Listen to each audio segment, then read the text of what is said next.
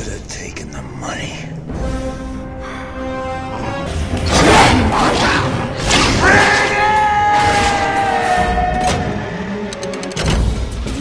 Halo semuanya, kembali lagi bersama saya di channel Teguh Gusto.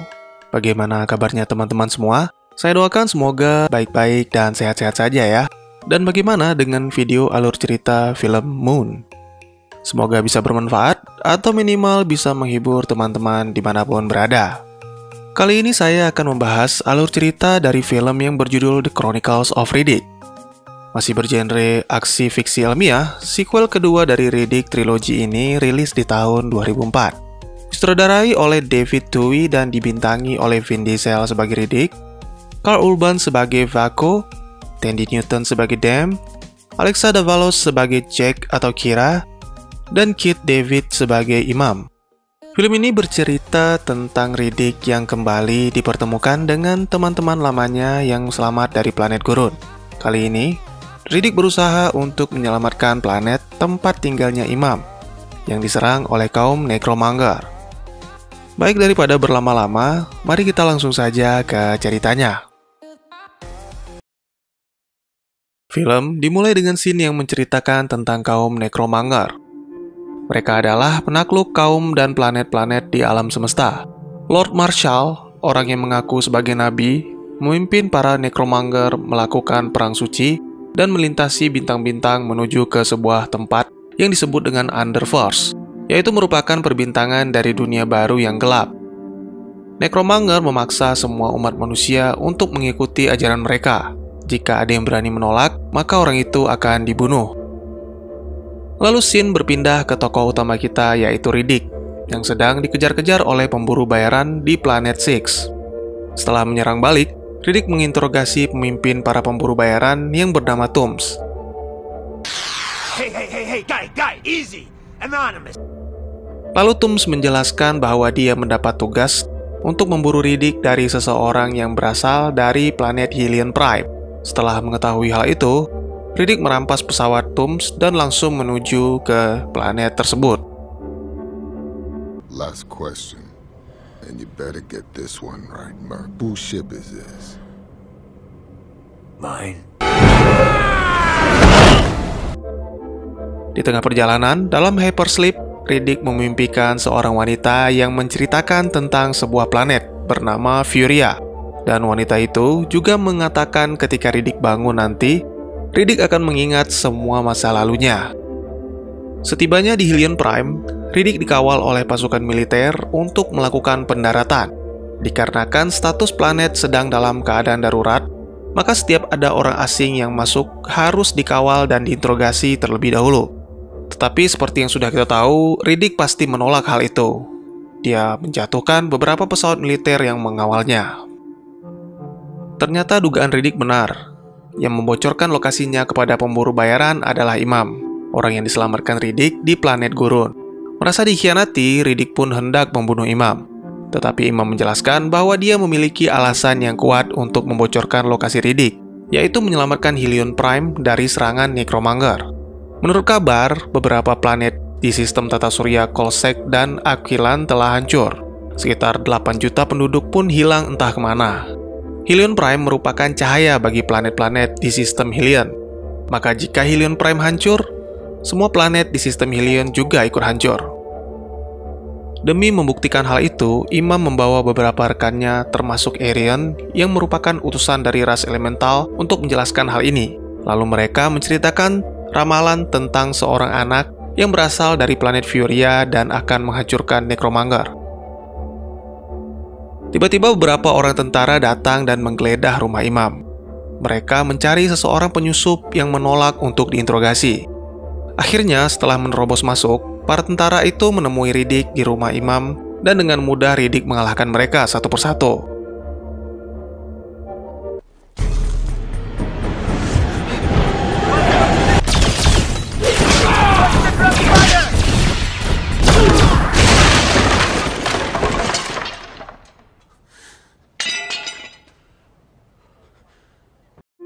Tiba-tiba Imam menyinggung tentang Jack yang berkelana mencari Riddick sampai terlibat kejahatan. Sehingga saat ini dia dipenjara di sebuah planet yang sangat panas, hingga tidak ada makhluk yang dapat hidup di permukaannya. Planet itu bernama Krematoria. Akhirnya Riddick pun memutuskan untuk pergi mencari Jack. Beberapa waktu kemudian, Necromonger menginvasi planet Hylian Prime. Dengan pesawat tempur, mereka membunuh semua penduduk tanpa mengenal ampun. Tak hanya itu, mereka juga menurunkan pasukan yang akan masuk ke pemukiman dan membunuh sisa-sisa penduduk yang bersembunyi di dalam rumah. Tapi Hylian Prime tidak tinggal diam, mereka juga mengirimkan pasukannya untuk menyerang balik Necromonger. Pertempuran sengit pun terjadi, sehingga memakan korban jiwa baik dari pihak militer maupun warga sipil.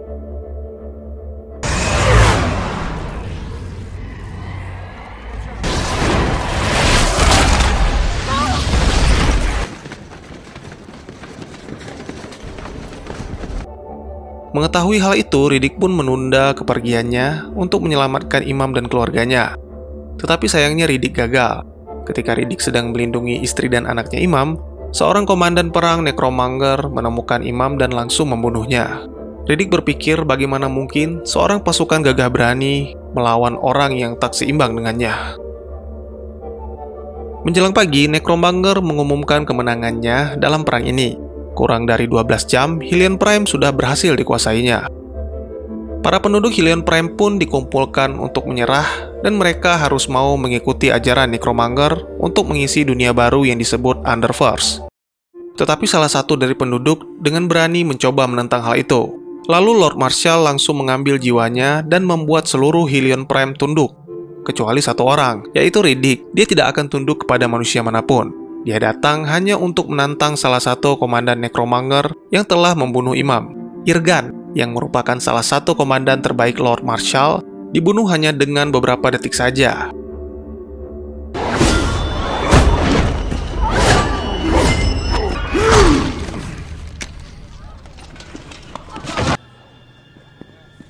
Stop him! Akhirnya, karena Lord Marshall merasa pernah bertemu Riddick, dia memerintahkan Vako untuk membawa Riddick ke Quasi-Death. Setibanya di kapal induk Necromonger, dia ditemani oleh Dame, istrinya Vako, untuk berkeliling Necropolis. Di sana Riddick melihat proses manusia yang akan menjadi Necromonger. Alasan kenapa Necromonger tidak mengenal rasa sakit adalah karena mereka hanya memfokuskan satu rasa sakit yang diberikan saat menjadi Necromonger untuk mengalihkan rasa sakit lainnya. Lalu Riddick tiba di ruangan Quasi-Death. Di sana, pikiran Riddick dirasuki untuk membuka memori tentang masa lalu, sekaligus mengungkap siapa Riddick sebenarnya. Setelah Lord Marshall mengetahui bahwa Riddick adalah seorang Furian, dia memerintahkan pasukannya untuk membunuh Riddick. Tetapi Riddick berhasil menghajar semua pasukan Necromonger dan melarikan diri.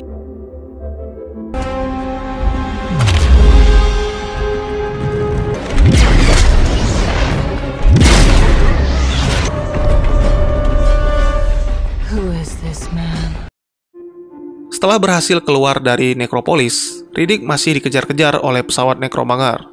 Beruntung, ada seseorang misterius menembak pesawat itu hingga jatuh. Tebakan Riddick pun benar bahwa yang menembak pesawat itu adalah Tooms, sang pemburu bayaran. Kali ini, dia membawa 5 orang anak buah untuk menangkap Riddick, dan Riddick pun sengaja menyerahkan diri agar bisa dibawa ke planet Krematoria.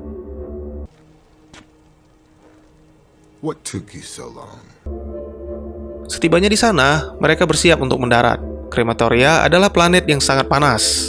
Seperti yang dijelaskan oleh Imam, tidak ada makhluk yang bisa bertahan hidup di permukaan planet itu. Maka dari itu, mereka akan mencari lokasi pendaratan di bagian gelap pada Krematoria.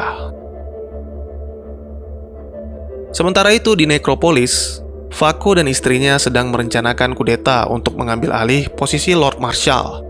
Karena orang yang saat ini menjabat sebagai Lord Marshall sudah mulai tua dan lemah. Istrinya menjelaskan Vako hanya perlu lebih dulu mengambil langkah untuk maju sebelum kandidat lain mengambil kesempatan itu.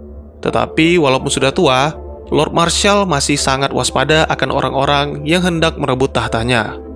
Hal ini terbukti saat beberapa kali Vako mencoba mendekatinya secara diam-diam, dan Lord Marshall bisa merasakan kehadirannya.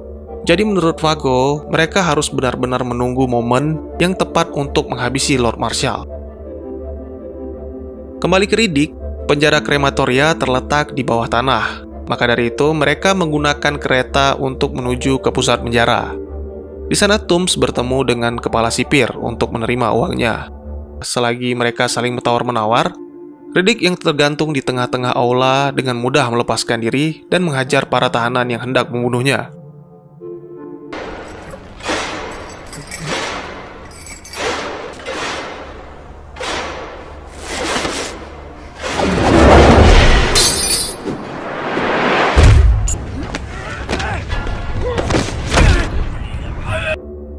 Di sana Riddick bertemu dengan Jack yang sudah dewasa. Sekarang dia sangat lihai dalam bertarung.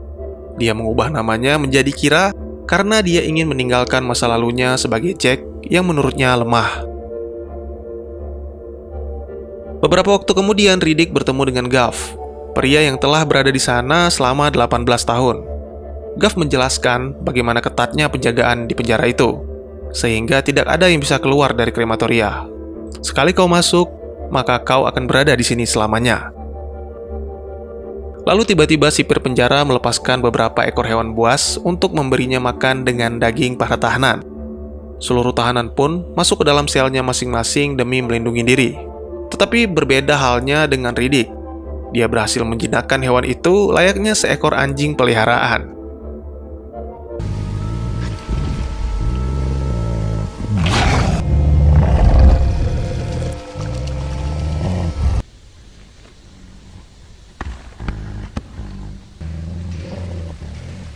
It's an animal thing.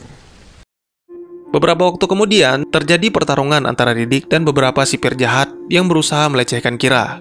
Dengan mudah, Riddick mengalahkan salah satu dari mereka hanya menggunakan gelas besi. Tantangan berikutnya adalah mengalahkan para sipir dengan gantungan kecil. Tetapi akhirnya mereka semua mundur karena ketakutan. I don't think she likes being touched. You'll kill us with a soup cup?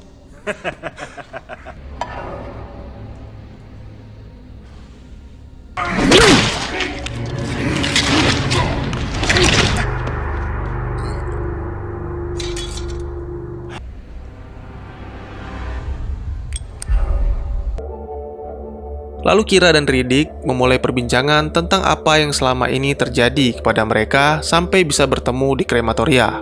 Riddick menjelaskan alasannya tidak bisa bersama dengan siapapun karena hidupnya penuh dengan bahaya dan bisa menimpa siapa saja yang berada di dekatnya.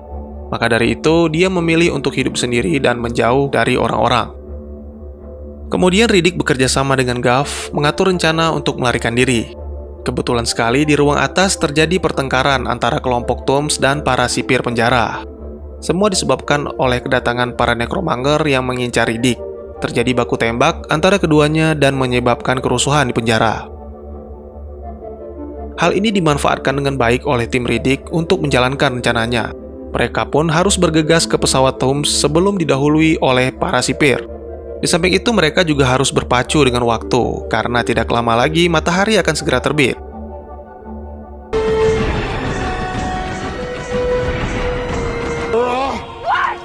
Get that ass moving! Kira yang tertinggal tidak bisa melanjutkan perjalanan, karena matahari pun telah terbit dan dia terjebak di balik bebatuan. Gav menyarankan untuk meninggalkan Kira, karena sebentar lagi gelombang api akan datang menuju ke arah mereka. Tetapi Riddick menolak hal itu. Berbekal dengan tali dan sebotol air, dia menyirami tubuhnya dan mengayunkan diri untuk menyambar Kira. Akhirnya Kira pun bisa terselamatkan. Your rope! Give me your rope! And your water.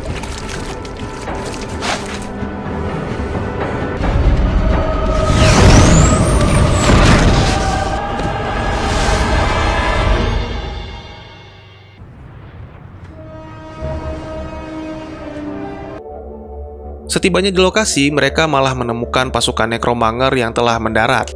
Dengan kemampuan mesin pemindai panas, pasukan nekromanger berhasil mengetahui lokasi tim Riddick. Lalu tiba-tiba para sipir datang dan pertempuran 3 kubu pun terjadi. Tim Riddick, nekromanger, dan sipir saling bertempur satu sama lain.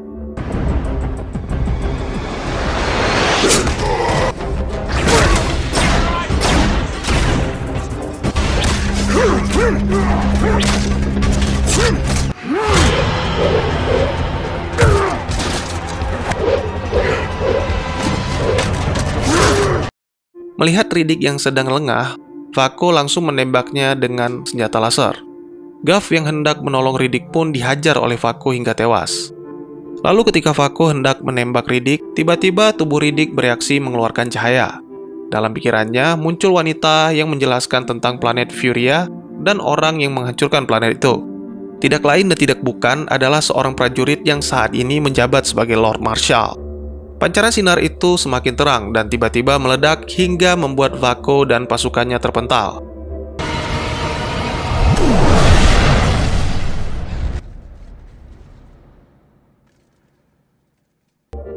Lalu matahari pun semakin tinggi dan membakar lembah itu.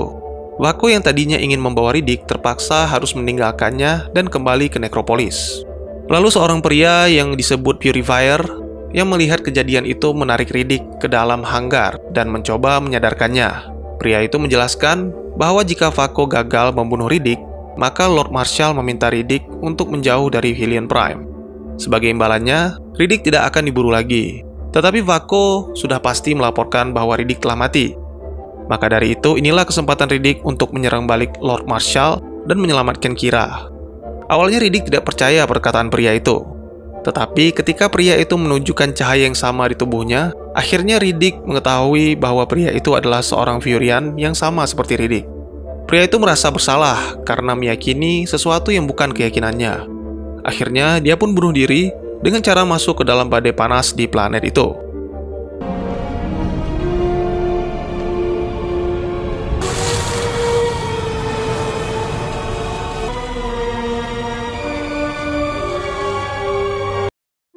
Sementara itu di nekropolis, sesuai dengan dugaan Purifier, Vako melaporkan bahwa dia berhasil menghabisi Riddick.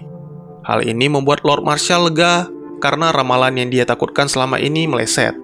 Tetapi Aerion meragukannya karena dia percaya Riddick tidak mungkin mati semudah itu. Lalu karena merasa takut dengan keyakinan kaum elemental, Lord Marshal akhirnya memutuskan untuk meninggalkan Hylian Prime. Sangat disayangkan keputusan yang diambilnya sudah terlambat. Dengan menyamar sebagai prajurit, Riddick berhasil menyusup ke nekropolis dan menantang Lord Marshal.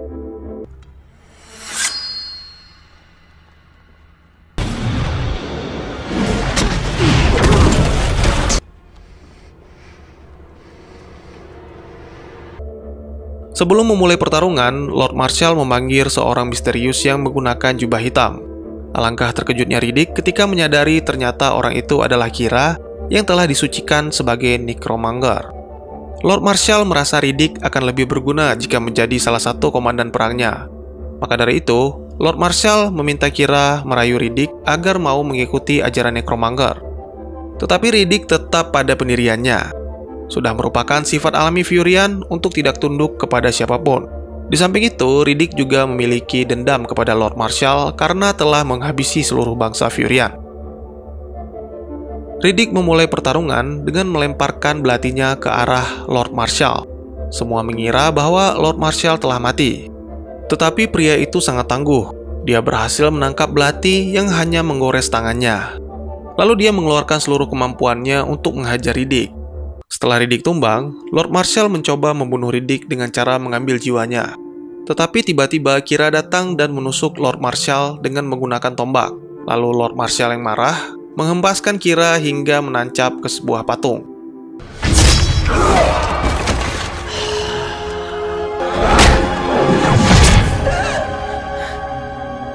Melihat kesempatan ini, Vako yang sudah berencana untuk mengambil alih posisi Lord Marshal menyiapkan sebuah kapak dan menuju ke arah Lord Marshal. Dengan kemampuan Lord Marshal, sudah pasti akan sangat mudah menghindari serangan Vako.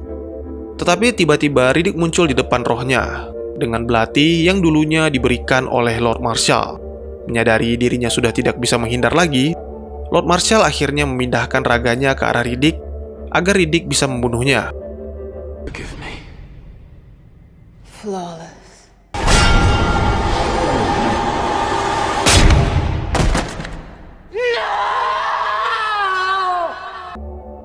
Setelah Lord Marshal mati, Riddick menghampiri Kira. Awalnya, Kira berpikir bahwa Riddick kalah dalam pertarungan itu. Untuk terakhir kalinya, Riddick bertanya, "Apakah kau bersamaku, Kira?" Kira pun menjawab bahwa dia akan selalu bersama Riddick. Akhirnya orang terakhir yang berada di dekat Riddick pun tewas. Tetapi Riddick tidak bisa bersedih berlama-lama, karena saat ini dia adalah Lord Marshal yang baru yang akan memimpin Necromonger menuju Underforce. Semua komandan dan prajurit pun tunduk sebagai penghormatan kepada Lord Marshal yang baru. Apakah yang akan direncanakan Riddick selanjutnya? Berhasilkah Riddick memimpin Necromonger? Apakah Necromonger masih berusaha menaklukkan dunia? Semua pertanyaan itu terlintas di pikiran saya. Bagaimana dengan kalian? You keep what you kill. Dan tamat. Kita masuk ke segmen penjelasan. Film ini adalah sequel dari film Pitch Black, di mana Riddick, Imam, dan juga Jack berhasil melarikan diri dari planet gurun. Kemungkinan mereka sempat tinggal beberapa tahun di sebuah planet. Di sana, Riddick sempat mengajarkan Jack cara bertarung. Lalu Riddick pergi meninggalkan Jack dan Imam agar menjauhkan mereka dari bahaya yang selalu mengikuti Riddick. Riddick menitipkan Jack kepada Imam untuk dibawa ke Hylian Prime. Tetapi Jack tidak bisa menerima hal itu, dan dia pun berkelana mencari Riddick. Sedangkan Imam memilih untuk kembali ke kampung halamannya. Underforce adalah sebuah dunia baru yang dijanjikan kepada kaum Necromonger setelah melewati kematian. Lord Marshal adalah satu-satunya orang yang berhasil melakukan perjalanan ke Underforce dan kembali sebagai makhluk yang berbeda, menjadi makhluk yang lebih kuat dan bisa mengendalikan jiwanya. Kemungkinan hal ini menjadi alasannya untuk mengakui diri sebagai nabi dan membawa ajaran baru bagi Necromonger. Tetapi tidak hanya itu, dia juga berusaha memaksa seluruh manusia untuk mengikuti ajarannya dengan cara menebar teror di seluruh jagat raya. Dahulu kala, Lord Marshal adalah seorang prajurit muda yang sukses. Suatu hari, dia menemui seseorang peramal dan menanyakan nasibnya di masa depan. Akan lahir seorang anak laki-laki dari planet Furia, yang ketika dia dewasa akan meruntuhkan kekuasaan Lord Marshal. Mendengar hal ini, Lord Marshal ketakutan. Lalu dia menyerang planet Furia dan menghabisi semua manusia di sana, termasuk para bayi yang baru lahir. Tetapi ada satu bayi laki-laki yang gagal dibunuhnya. Bayi itu adalah Riddick. Elemental adalah para penjaga keseimbangan dunia, sama seperti air, api, tanah, angin, dan juga waktu. Mereka saling mengisi untuk menjaga keseimbangan, tetapi kebanyakan dari mereka sudah dibunuh oleh Necromonger. Elemental tidak menyembah apapun, mereka hanya percaya pada perhitungan yang mengarah pada kemungkinan. Seperti halnya ramalan. Suatu hari, Imam mendengar berita tentang ramalan keruntuhan Lord Marshal, dan menurutnya orang yang diceritakan dalam ramalan sangat mirip dengan Riddick. Maka dari itu, Arion segera menemui Imam di Hylian Prime dan memberikan tugas kepada pemburu bayaran untuk menangkap Riddick. Kembali lagi, ini semua hanya teori. Belum tentu benar, tetapi juga belum tentu salah. Bagi teman-teman yang punya teori tentang film ini, ataupun ingin berdiskusi, ataupun juga teman-teman punya referensi film lain untuk kita review, silakan tuliskan di kolom komentar. Insya Allah pasti akan saya baca. Mari kita jadikan kolom komentar sebagai sarana untuk menambah wawasan dan menciptakan jalinan persaudaraan, bukan menjadikannya sebagai tempat pembulian dan menciptakan permusuhan. Baik, sekian dulu videonya dan dukung terus channel ini dengan cara share, like, dan subscribe. Karena dukungan kalian sangat berharga bagi saya demi perkembangan channel ini. Saya Gusto, sampai jumpa di video selanjutnya. Dadah!